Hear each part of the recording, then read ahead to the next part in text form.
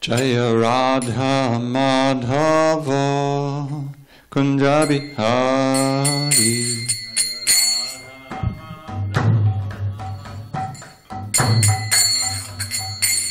Jaya Radha Madhava Kunja Bihari.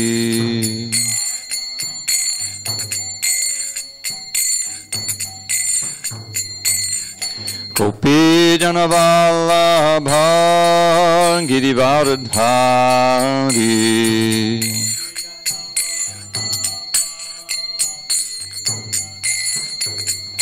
Jai Gopi Janavallabha Girivardhari.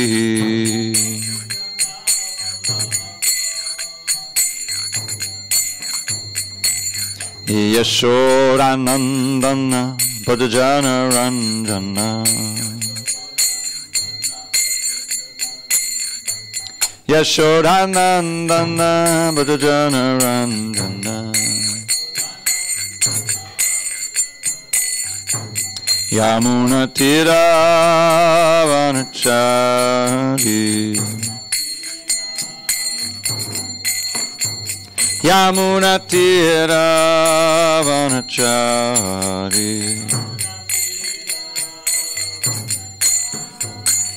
Jaya Radha Madhava Kunja Bihari.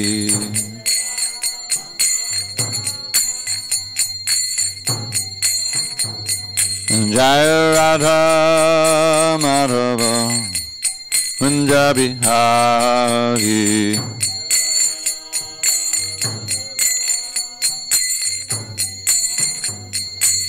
Jaya Radha Madhava Kunja Bihari.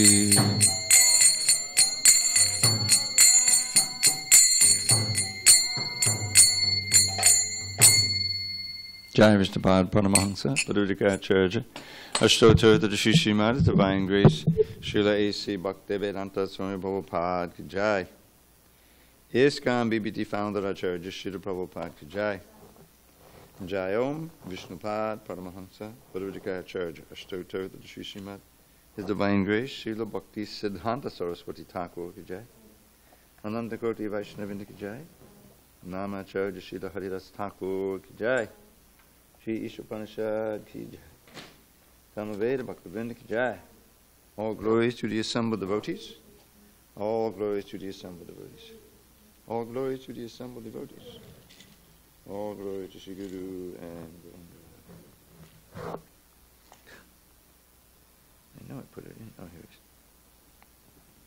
it is. Janardhan Das, what's wrong with this picture?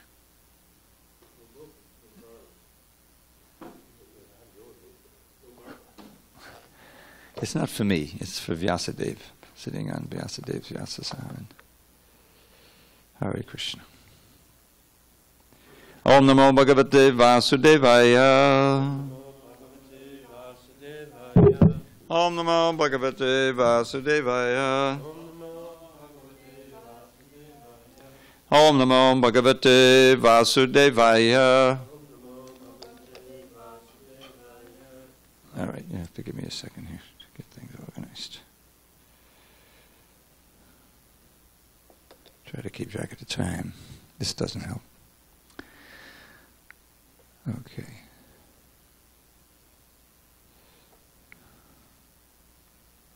Okay.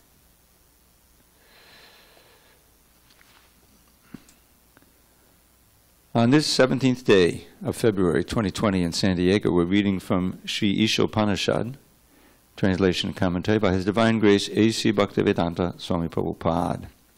And we're moving on to Mantra 13 today. I don't know if you have a device. You probably don't have a device. You have a device. But what's on the phone? Okay. All right. Database. Yeah, you'll find it. But we can't. And you don't have anything. Anyway, this is a famous verse. All right, Mantra 13. Anyadevahu sambhavad Anyadahu asambhavat iti shushumadhiranam yenastan vijachakshire anyadevahu sambhavad anyadahu rasambhavat iti shushumadhiranam yenastan vijachakshire anyadevahu sambhavad anyadahu rasambhavat iti shushumadhiranam yenastan vijachakshire. You're up, Janard. Anyadevahu sambhavad anyadahu asambhavat iti shushumadhiranam yenastan vijachakshire. Anyadevahu sambhavad anyadahu rasambhavat iti shushumadhiranam yenastan vijachakshire. Word by words. Anyat. Actually, you both have devices. I'll just read them. Anyat, different. Eva, certainly. Ahu, it is said. Sambhavat, by worshipping the Supreme Lord, the cause of all causes. Anyat, different. Ahu, it is said. Asambhavat, by worshipping what is not supreme. Iti, thus. Shushuma, I heard it. Dhiranam, from the undisturbed authorities. Ye, who, naha, unto us, tat, about that subject matter. Vichachakshire, perfectly explained. Translation. It is said that one result is obtained by worshipping the supreme cause of all causes, and that another result is obtained by worshipping what is not supreme. All this is heard from the undisturbed authorities who clearly explained it. Time out. Santosh Prabhu, can you pull those curtains for me? Thank you very much. Purport. The system of hearing from undisturbed authorities is approved in this mantra.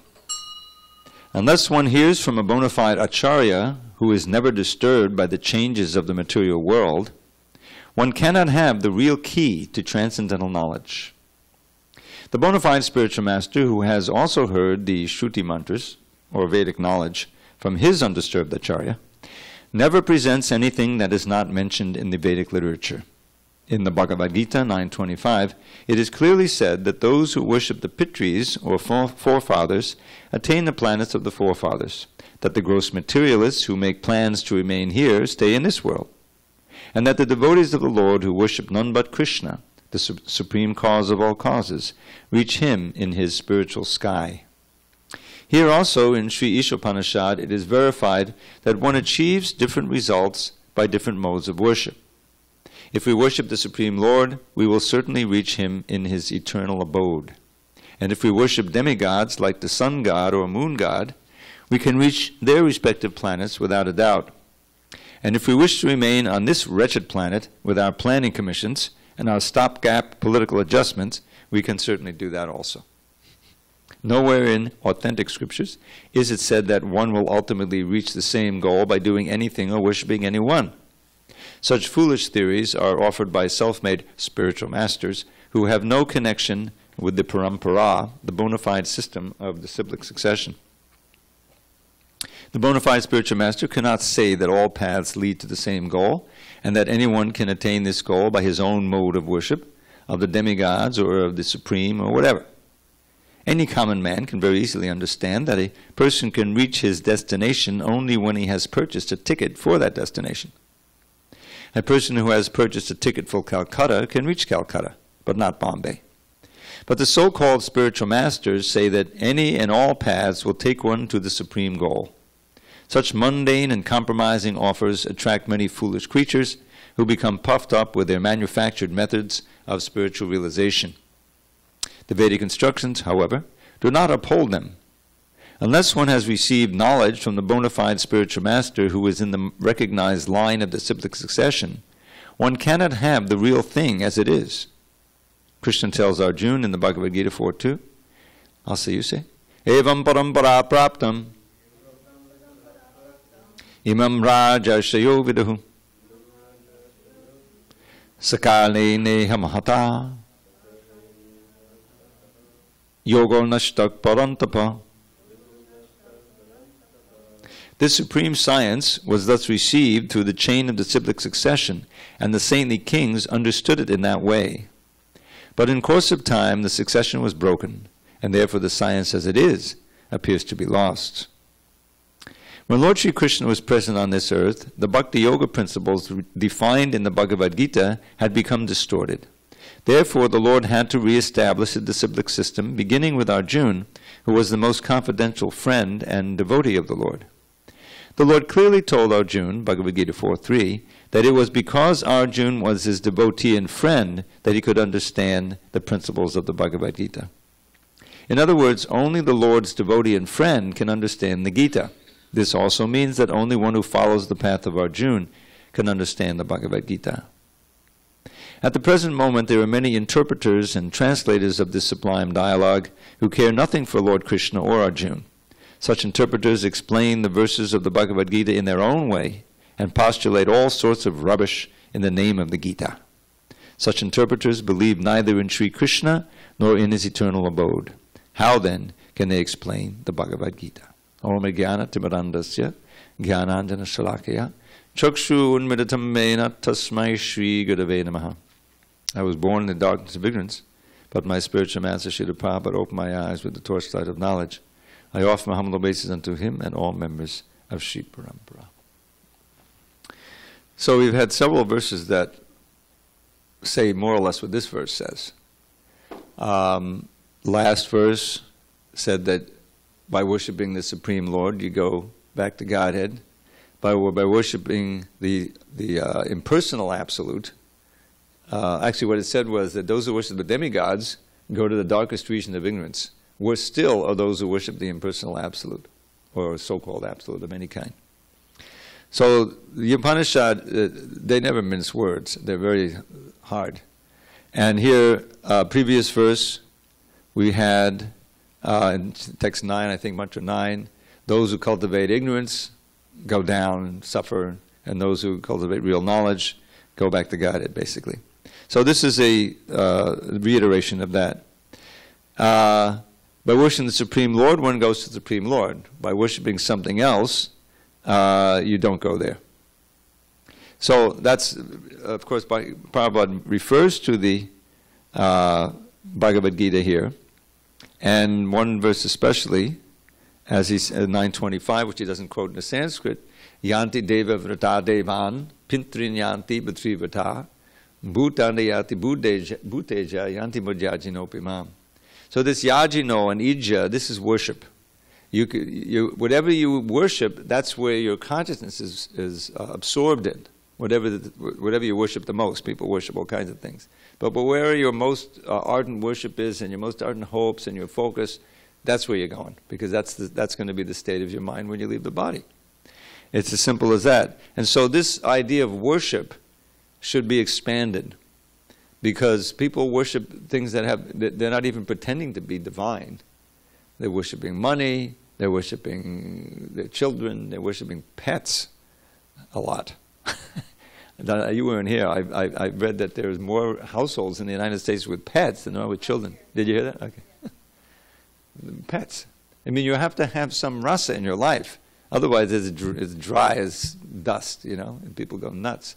So the children are long gone, or the wife or the husband left them, or whatever. All right, let me have a pet. I can love the pet. It's sad because that's where they're going. Dog life or cat life or parakeet life, whatever it is. So that's the nature of the material world, is that something or other is going to absorb your mind. In many cases, it's some horror story. Somebody who's in great pain, like these poor people on the street.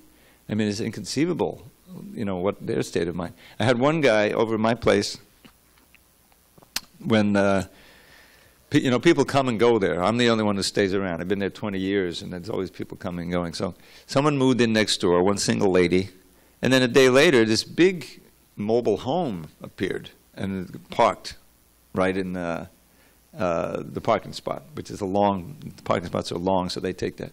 And it just sat there. She never moved it. So that created a certain little sheltered spot where my car is parked, where the homeless, you know, say, "Oh, this is great. We can party here all day," you know. So they would come and hang around, leave garbage, you know, going on and on. So eventually she moved out, and that changed, and they're not there so much. Maybe it's just the cold weather. But anyway, so one guy was there one time, just one guy alone, and I was getting my car, and he said something to me, "You know, there's many people on the street who are mad." You know, and he looked pretty mad at that time, you know. And he was, I think that you may not start out mad, but to be on the street all the time with the anxiety, you can't sleep, the cops are always coming to, you know, move you, it's got to affect your mind. And this is, you know, the place where we lived. There's so many things that absorb people's minds. And that's their form of worship. That's what is being spoken of here. And so we're fortunate to have knowledge from the undisturbed authorities, the parampara. That's the first point here. Is that how are we going to know what to worship, what to absorb our minds in for our ultimate benefit? Once you accept the basic principle that we're eternal, that this is a very short chapter in a very long book that we're living in right now. And so this is it, and the human life is a rare and wonderful safety valve, if you will, or a place that you can get out of this round of birth and death. We've been in for who knows how many millions of lifetimes of Brahma. You know, this has been a long, long haul we've been in, all of us. So whatever, and then the principle of Bhagavad Gita, what you do, and how you create your consciousness, that's forming your destiny. At every moment, you're doing that. Now, most people are in complete ignorance. They do whatever feels good. They eat whatever they want. You know, and their minds are all over the place. And who knows what their destination is? It's not going to be very auspicious, obviously, especially this age of Kali Yuga. So we've been given this chance. Prabhupada brought to us, he being one of these dhiranams, meaning undisturbed authorities, acharyas, who are carrying, they're channeling the pure message from Krishna. They're not distorting it.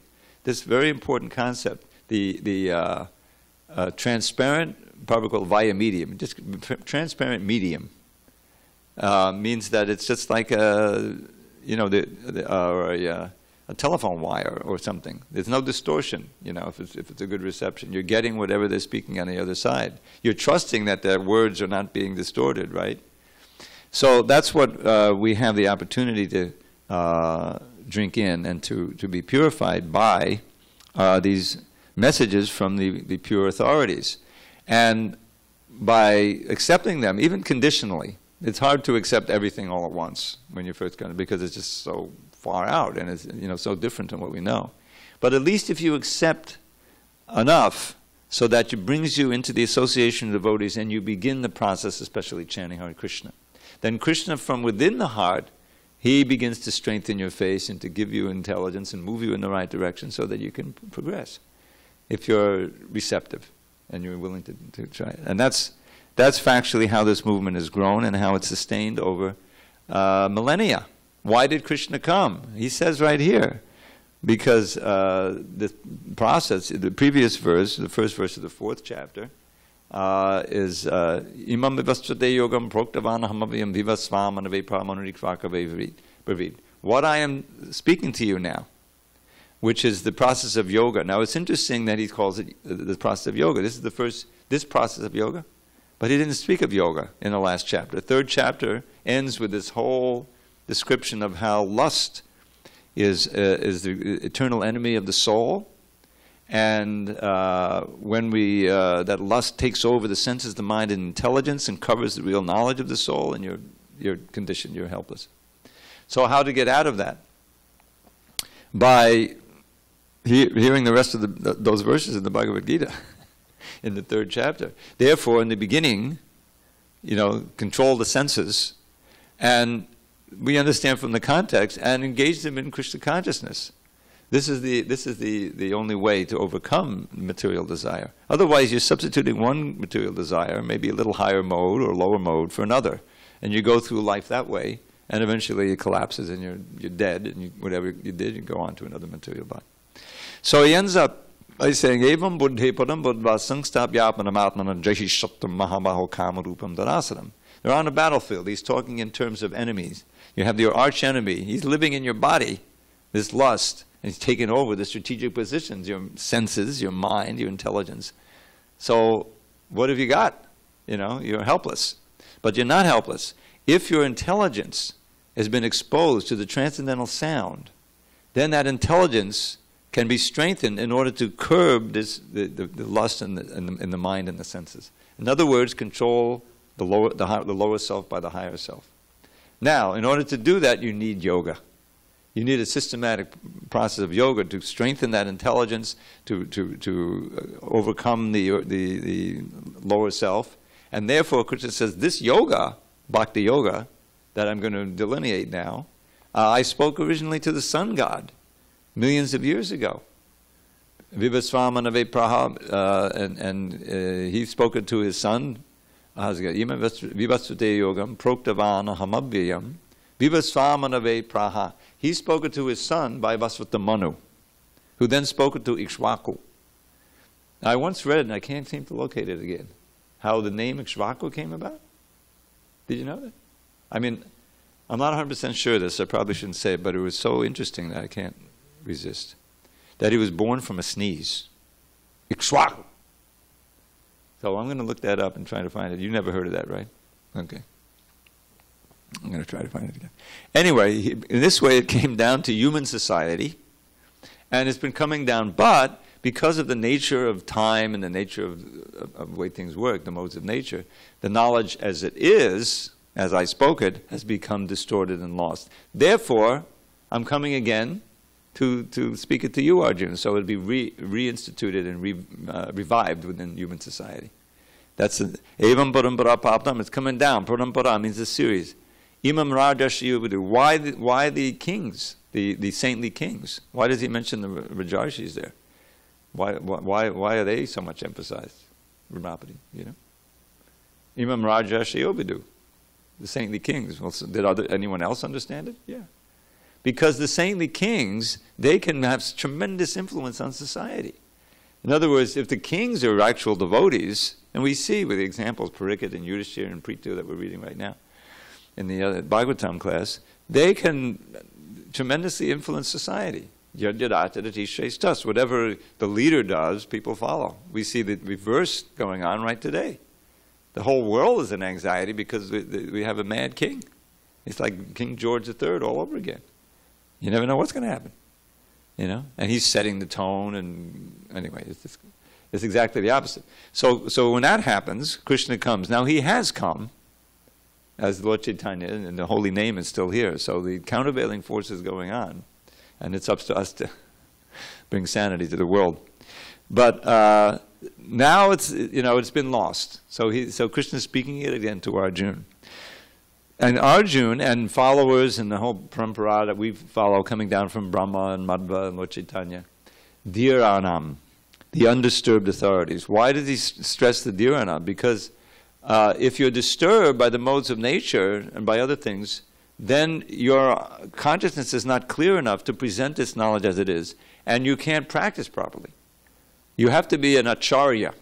Acharya principle is essential for preaching. Acharya, the word acharya comes from the word achara, which means behavior.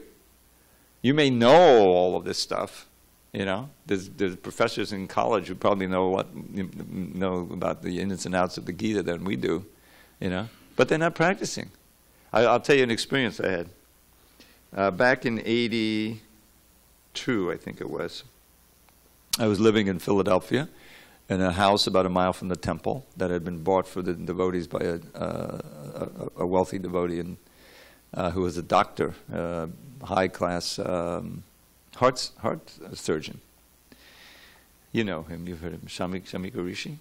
Yeah.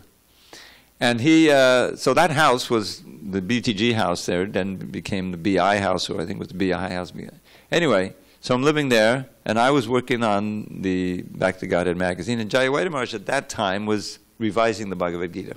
He was in charge of the BTG, but he was spending most of the time with the Bhagavad Gita, which we now have. We've had since '83 when it was published. So for that Bhagavad Gita, he also had a few other Bhagavad Gitas that he bought. Some of them was an academic Gita, just for reference. You know what I'm saying? So I got to look at that Gita, and it's exactly what Prabhupada is talking about. Here's somebody who knew what the words meant and provided a translation. Of course, giving a translation is a big thing.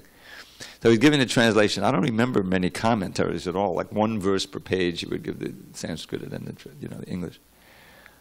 And even though the translations may have been accurate to the word, they had no potency. There was no question of reading that book and coming to the conclusion of surrendering to Krishna, because he didn't have a drop of devotion. It was all like an academic study. He had become qualified in Sanskrit, you know what I'm saying? So I got to experience exactly that. Now, before I joined, I also read a Gita, which is a little volume, penguin size, no commentary, 700 paragraphs. You can imagine how small it was.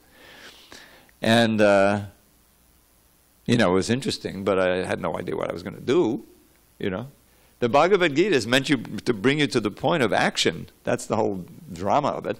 Arjuna surrendered. What does he says? Nashtamoha smriti labda mayachita. I forget. But my ignorance, my illusion has now been dispelled, and I've regained my memory by your mercy, O Achyuta. And I will do as you say. I will fight now. So that's the conclusion. Now, we don't have to all go out and fight, but we have to take up the process of devotional service. And in the context in which we live, to do Krishna's will. Even though, that's not what we plan to do, but that's the best thing for me, and it's the best thing for the world. So that idea can only be transmitted, and that impetus can be transmitted only by one who's actually doing it. And so the acharya and a series of acharyas can be the channel by which this knowledge comes down. That's what's being spoken of. I've heard it from all of the undisturbed authorities. So what is the acharya? Definition is given in a purport in the CC, quoting a verse from, I don't remember seeing the Sanskrit. Someone who is steeped in the Shastra, who knows the principles of the Shastra left and right, and lives according to them. That's the essential. That's where the achar comes in, and teaches to others. Now, one can be steeped in the Shastra and live the Shastra and be what we call a bhajananandi. What's a bhajananandi? You know that word, Janardhan? Not exactly. Balaram, help us. Bhajananandi as opposed to Goshchanandi. Anandi is the person who takes pleasure. The person, the devotee, whose whole life is dedicated to bhajan. We've had bhajananandis. I think they would say Jagannath Das Babaji would be a bhajananandi, although he taught Bhakti so many things. And Gaur-Kishore, bhajananandi. So bhajananandi means very, very advanced.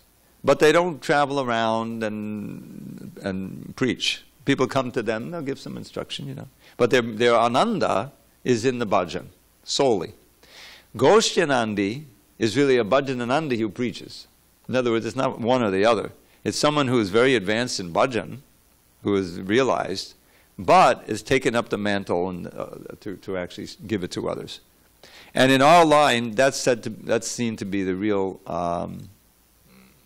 sign of a follower of Chaitanya Mahaprabhu. We just heard last night that story again of Jagai Madai. Nityananda is featured there, but he's following Lord Chaitanya.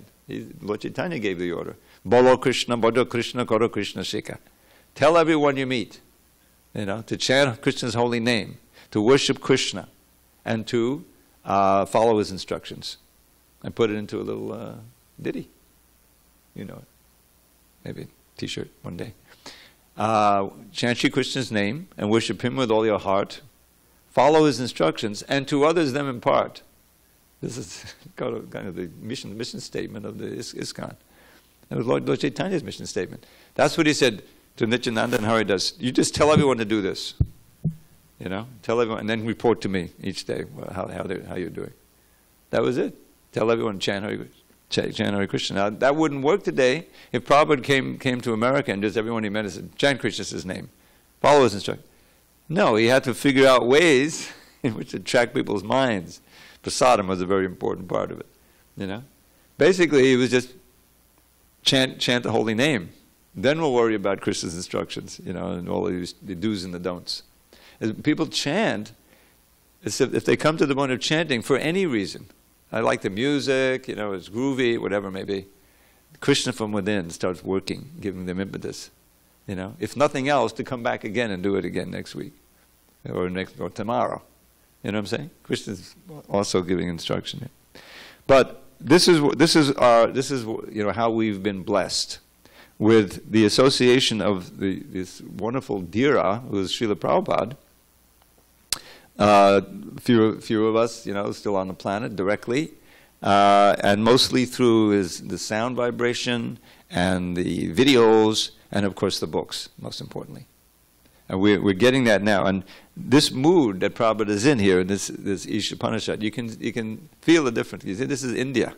He wrote it in India, and you know, every you know, he's getting from the actual mantras.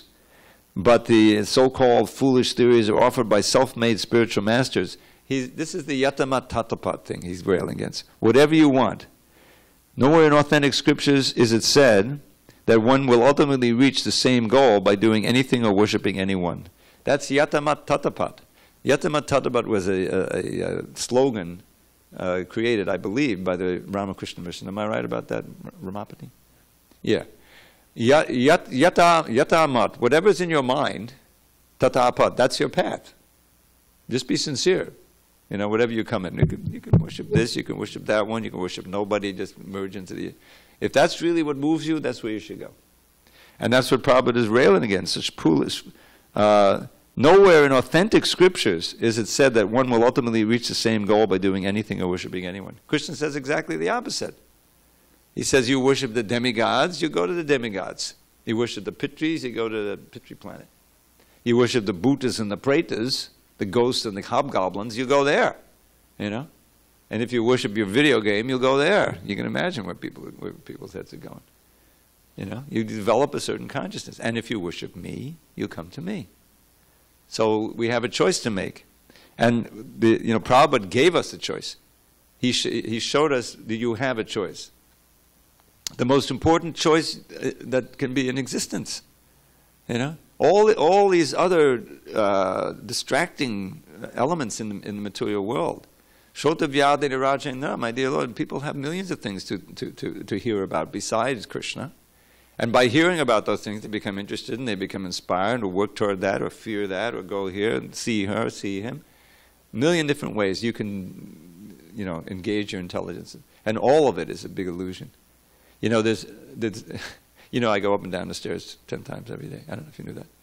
So I've worked out, you know, that's my exercise. So I've worked out a series of, because I was losing track of, you know, of verses that will remind me which repetition I'm on. So when I get to 9, I chant some verses that were by the 9 Yogendras. The fact that they were spoken by the 9 Yogendras reminds me that it's 9. So there's a few of them they just keep using. Now, the first one is Bhayam Dvitiya Benavesha Taksyad. This is the first lesson of the first Yogendra. There's 9 lessons. And basically the question is, how can I achieve the ultimate good? And it's interesting that he answers by saying how you can overcome fear. Because to be fearless in this world, to be having transcended all fear, means that you're beyond the bodily concept of life. And the only way to do it is to be a devotee, as he explains. He even has a verse about the importance of chanting the holy name, right in this lesson. But this verse, very famous, Prabhupada would quote especially the first line. What is the source of fear? He said, Vidya Banaveshikya Syad. The word Syad in Sanskrit means comes into being or causes. So, being absorbed in the material energy, which is called Dvitiya because it's the second thing. It's not the primary energy, which is Krishna's internal energy. So that Dvitiya, all of this material energy, to become absorbed in it, having Isha Apetasya, turn your back on the Isha. In other words, we've decided not to serve Krishna, but try to be Krishna. And so, Apetasya viparyosmati, everything that turns upside down. Instead of being a servant of the Lord, you try to be a master in control of the material energy. That's viparya, asmati, and you forget everything. Forget all about Krishna, you forget all about your other life, and you just identify with this material energy. So that causes great fear. Now the rest of the verse continues. This is caused by Maya, your absorption. And so what's the solution? Buddha, you have to be intelligent, to reverse the process and worship that very Lord with one point of devotion and regarding your preceptor as your very life and soul. You know, your guru as your life and soul. Now the next verse is very interesting. They're all interesting, but this one fascinates me. Avidyamane yapavabhi vayo dhyato dhyā swapta manorata yata tad karma sankalpakam. Somehow it's easier to chant it in my mind now. Bring it to the word. Buddha narunyad abhayam tatang syat. Abhayam is fearlessness. So even though this material energy, the whole phantasmagoria that we're in, is unreal, it seems to be totally real to us, to the one who is meditating on it with his contaminated intelligence. Just as a dream, it seems completely real. Swapna and manorata. You know, manorata is like a daydream, is like a fantasy you create in your mind, and you get into it. Think video games. It must seem real, right? The emotions are real. The anger is real. You know, it's all real. You've absorbed your mind in that. So you can imagine entering into it so much that that's your life. So that's what we've been doing birth after birth. It's not. It's just there's no substance to it. And this is Maya's real ace in the hole to control us. Is that she makes it seem so important. It's the most important thing in existence, you know? And that includes all these family relationships and everything. Just a superficial bodily relationship that's going to exist for a few years, which is like a split second in our time in this material world, and our whole attention and our whole life and our whole emotion is put into that. That's the material energy, the strength of the material energy. And so, in order to overcome that, we need a very powerful force, and the only powerful force that is Krishna. And that's why Krishna has appeared in the form of his holy name. And if we take shelter of that holy name in the proper way, following the instructions, so that we don't deviate and concoct some crazy philosophy, then we can actually come to the point of we can also be dhira. We can be calm even in the face of danger and death, because it's just the body. It's just this, temporary body. We ourselves are not being affected. We're sticking with the lotus feet of Krishna. So that's Prabhupada. But all of these foolish theories like this Yatama Tatapat had muddied the water, and people have no idea what the real authentic teachings are of the Vedas. And so Prabhupada's main mission was to give that, personify that, and create an institution where people would become pure and themselves be acharyas and become able to save others. That's the only hope for the world. The really great acharyas, they're burning with anxiety for the people in general. Like the perfect verse from Prahlad Maharaj. My dear Lord, I am not disturbed at all. Na udvijay. Because I'm already on the other side of the Vaitarani River, because my consciousness is with you, and that's where you reside. And any time I want, anywhere I want, I can chant your glories and immerse my mind in an ocean of nectar. And like I like to point out, he was doing that even sitting in that pot of boiling oil. And he was protected from Krishna because his mind was completely absorbed. So how can there be any anxiety for such a person? And yet he says, Shoche tato, I am lamenting for these fools and rascals, my god brothers and god sisters, if you will, who are trying to enjoy the Maya Sukhaya, the flickering pleasures of this world, and suffering like anything. So, pada dukkha dukhi. So the heart of the Vaishnava is that he works like anything to try to establish temples. It's such a hassle. You could just sit and chant under a tree in Vrindavan and go back to Godhead. But to take all the trouble to come to, foreign lands and work. I mean, you read the story of how Prabhupada risked his life, to make that Bombay temple. He had the devotees, they had to live on the land. The rats are coming here and there. There's nothing to eat practically, And the devotees who stuck it out, like Giriraj Swami, great, great heroes, because Prabhupada wanted it. Somehow, they didn't even think, it was such a remote area at that time, Juhu. It wasn't like in Bombay, right? It was remote from Bombay. He said, how are people going to come here, to this jungle? In fact, he had all his main leaders, I'm not going to name them, but you know who they are if you know the history. They got together and they conferred. And they decided, well, this whole temple project is not going to work. So they actually gave the land back to the guy, Nair. But no money had changed hands, so the transactions... Instead of getting together to figure out how to build a temple, they got together and said, well, let's give the land back, get the money back.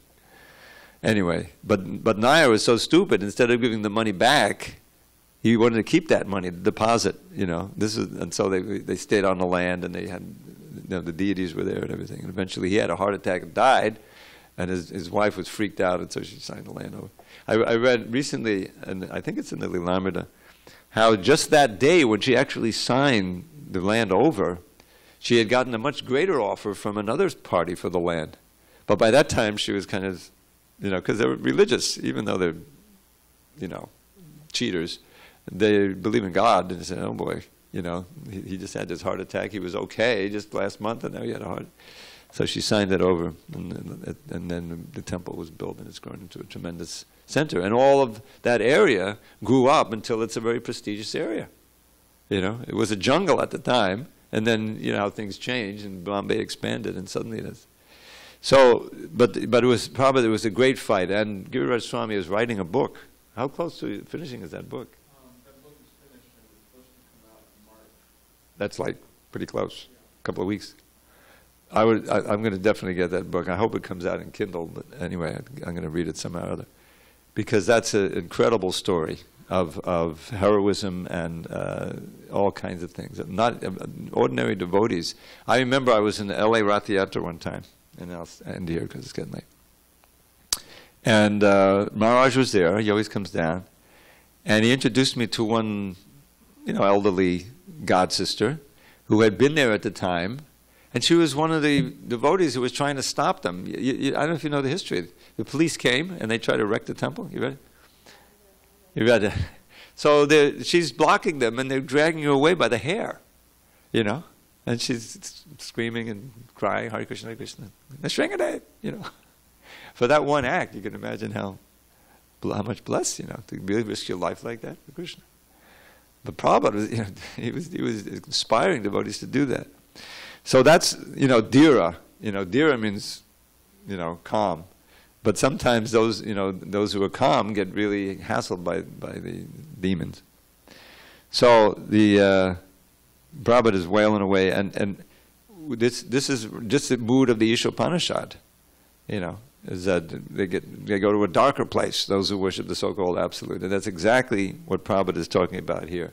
This yatamatatapat, these false leaders, people are coming through so many millions of lives. They finally got to the point where they're interested in spiritual life in general, rather than just rooting around in material energy, and chances are they're going to get misguided by all of these guys.